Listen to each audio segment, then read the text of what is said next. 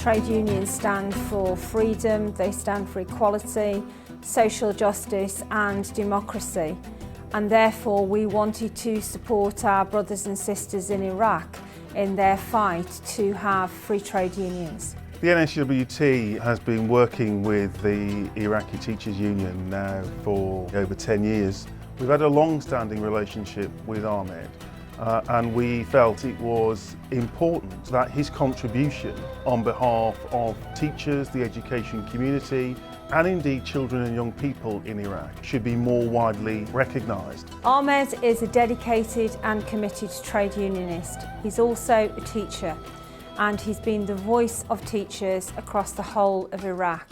And he has faced unimaginable adversity, including the loss of his close family to extremists. We were hearing some terrible stories of increasing violence on the ground. The rule of law had broken down, schools were being targeted by extremists, the ITU's offices had either been taken over or occupied by extremist militia, and colleagues were dying in Iraq for the free trade union movement.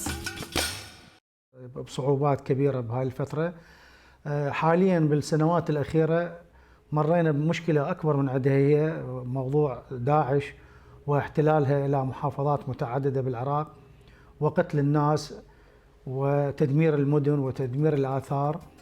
He and his colleagues have stood up for what's best in trade unionism, for solidarity, against sectarianism, in particular in the conditions that Iraq faces. Ahmed continued to steer the organisation, the ITU, to full membership of Education International in 2012.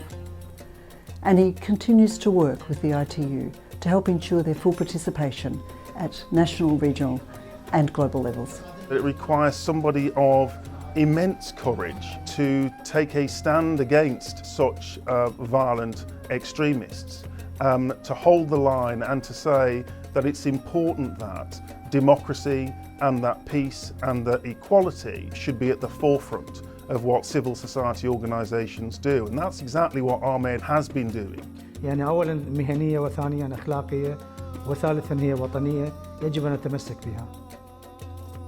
Teachers change lives, they build nations, and therefore colleagues like Ahmed need to be supported. So committed, so brave, so skilled at putting across the needs of his members, of the people in Iraq. Ahmed has stood up for trade unions, he's stood up for women's rights in Iraq, he's stood up for the rights of teachers, the rights of children and young people, despite the threats to him, his life and the lives of his family.